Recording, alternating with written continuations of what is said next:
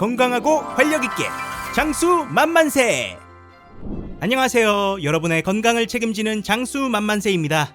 혹시 여러분 매일 먹는 식탁 위 음식 중에 암을 부를 수 있는 음식이 숨어있다는 사실 알고 계셨나요? 에이, 설마 내가 먹는 평범한 밥상이? 하실 수도 있지만 90% 이상의 사람들이 일상적으로 섭취하는 식재료들에서 발암물질이 생성되는 조리법이나 과도한 염분 섭취가 빈번히 발견되고 있습니다. 오늘 영상에서는 우리가 자주 먹는 고기, 간고등어, 전통 장류, 그리고 죽염에 이르기까지 일상 속 발암 위험 요소를 꼼꼼하게 짚어보고 어떻게 하면 더 안전하고 건강한 식습관으로 바꿔갈 수 있을지 구체적인 방법을 함께 알아보겠습니다.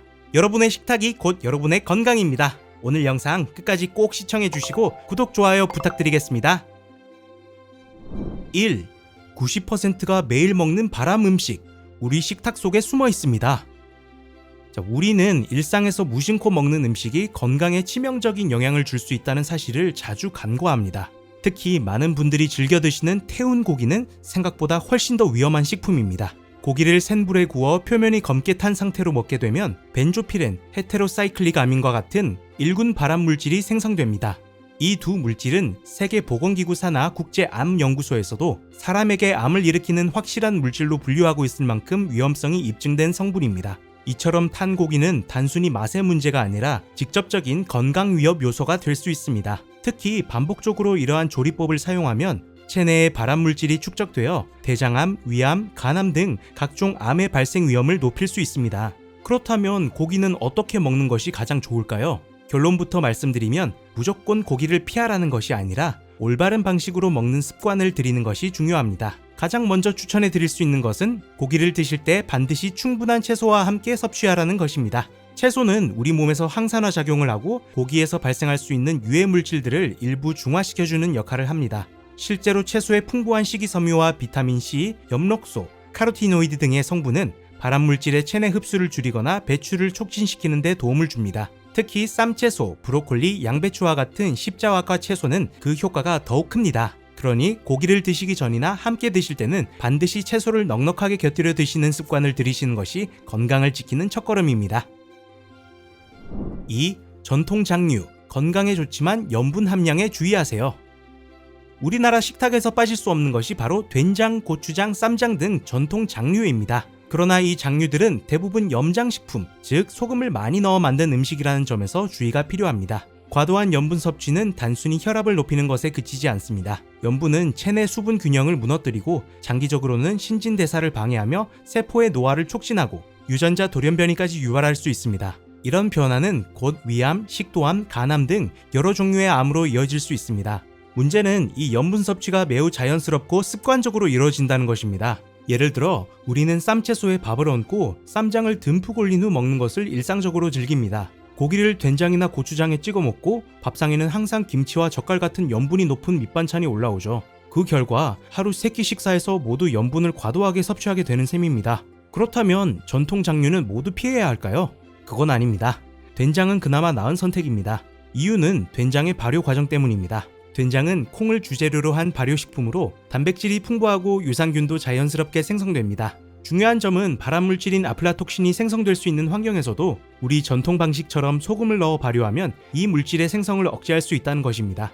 실제로 아플라톡신이 간암의 주요 원인이라는 사실은 1992년에 공식적으로 발표된 바 있습니다. 하지만 그렇다고 해서 된장을 무제한으로 먹어도 된다는 뜻은 아닙니다. 된장 역시 염분이 높은 음식이기 때문에 저염식으로 조리하거나 섭취량을 조절하는 것이 필요합니다. 즉, 장점은 살리고 단점은 줄이는 식습관이 핵심입니다. 3. 발암물질 위에 또 발암, 우리가 자주 먹는 간고등어의 진실. 일상에서 무심코 자주 먹는 음식 중에 단순히 건강에 나쁜 수준을 넘어 실제로 발암 가능성이 매우 높은 음식도 있습니다. 그 대표적인 예가 바로 간고등어입니다. 겉보기에 고등어는 오메가3가 풍부한 건강식으로 알려져 있지만 문제는 어떻게 조리하고 어떤 방식으로 먹느냐에 있습니다. 간고등어는 고등어에 소금을 많이 뿌려 절인 상태로 유통됩니다. 이 상태에서 구워 먹으면 두 가지 심각한 위험 요소가 동시에 발생하게 됩니다. 첫째는 고등어를 굽는 과정에서 생기는 벤조피렌, 헤테로사이클릭 아민 등의 발암 물질입니다. 둘째는 간, 즉 염분이 지나치게 많다는 겁니다. 이렇게 조리된 간고등어는 발암물질 그리고 고염식이라는 이중의 위험성을 안고 있는 셈입니다. 게다가 우리가 간고등어를 자주 먹게 된 배경을 살펴보면 간고등어는 내륙 지역인 안동에서 시작된 음식인데요. 과거에는 신선한 생선을 공급받기 어려워 소금에 절여 오래 보관할 수 있도록 만든 방식이었습니다.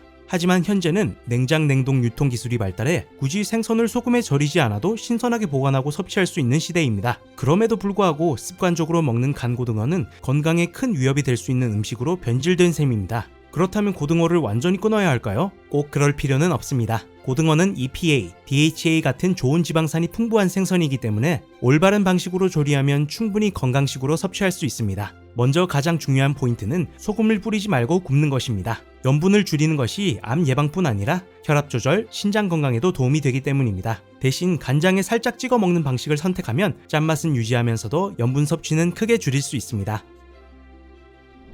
4. 단백질 과잉 시대? 하루에 필요한 단백질 생각보다 많지 않습니다. 성인의 경우 하루 단백질 권장량은 체중 1kg당 약 0.8g 정도입니다. 이는 세계보건기구 WHO와 국내 영양학회에서 공통으로 제시하고 있는 기준입니다. 예를 들어 체중이 60kg인 성인이라면 하루 단백질 48g 정도면 충분합니다. 그런데 현실을 보면 단백질 보충제나 고단백 간식을 별도로 챙기지 않아도 일반적인 식사를 통해 이미 권장량을 훨씬 넘기는 경우가 대부분입니다. 게다가 단백질은 고기에서만 얻는 것이 아닙니다. 우리가 흔히 먹는 밥, 채소, 콩, 두부, 계란, 심지어 김이나 버섯 같은 식품에서도 단백질이 고르게 들어있습니다.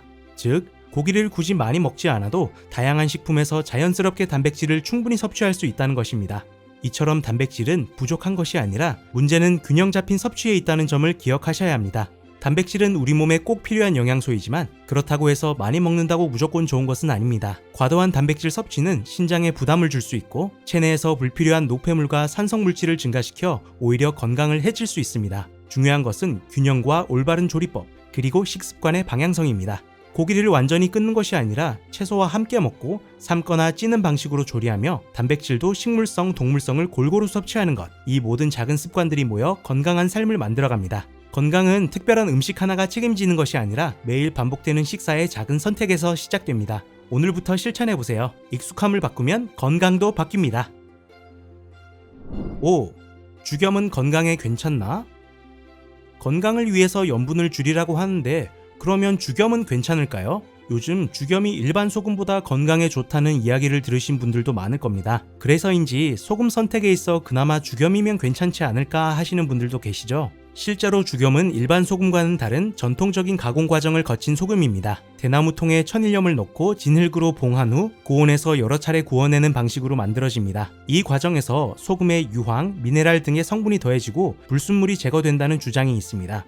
일부에서는 이 유황 성분이 항암 효과를 낼 수 있다거나 몸의 산성화를 막고 면역력을 높여준다고 주장하기도 합니다. 그래서 죽염을 약처럼 꾸준히 드시는 분들도 계시죠. 하지만 염분은 염분입니다. 그러나 여기서 중요한 사실이 있습니다. 죽염이 아무리 특별한 공정을 거친 소금이라 해도 결국 본질은 염분이라는 점입니다. 소금의 주성분인 염화나트륨 자체가 체내에서 고혈압, 위점막 손상, 위암 유발 가능성 등 다양한 건강 문제를 일으킬 수 있다는 사실은 이미 수많은 연구를 통해 확인된 바 있습니다. 즉, 죽염 속에 소량 함유된 유황 성분이 이러한 염분의 해로운 영향을 상쇄할 정도로 강력하다고 보기 어렵다는 것이 전문가들의 의견입니다. 실제로 전 세계적으로 인정받는 자연의학 전문가들조차 죽염을 특별히 건강에 이롭다고 권장하는 경우는 매우 드뭅니다. 죽염을 찬양하는 주장은 대부분 근거가 부족하거나 과장된 민간요법 수준에 머무르고 있는 실정입니다.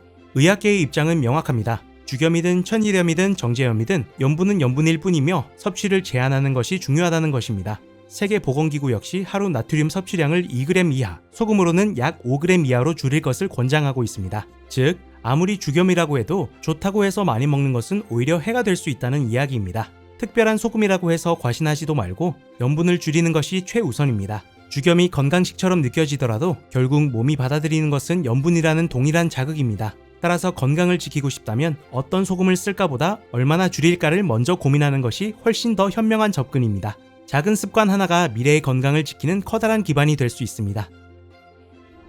오늘 영상에서는 우리가 매일 마주하는 식탁 위 음식들이 건강에 어떤 영향을 미치는지, 그리고 그 위험을 줄이기 위한 방법까지 알아봤습니다. 음식은 우리가 매일 접하는 가장 큰 약이자 때로는 독이 될 수도 있습니다. 고기를 어떻게 조리하느냐, 장류를 어떻게 사용하느냐, 그리고 섭취량을 관리하는 것이 진짜 건강 관리의 핵심입니다. 여러분, 건강은 거창한 변화가 아닌 작은 습관의 선택에서 시작됩니다. 오늘 알려드린 정보가 여러분의 식탁과 건강을 바꾸는데 도움이 되셨다면 좋아요와 구독으로 함께 해주세요. 앞으로도 건강하고 오래 사는 삶, 장수만만세가 함께하겠습니다. 감사합니다.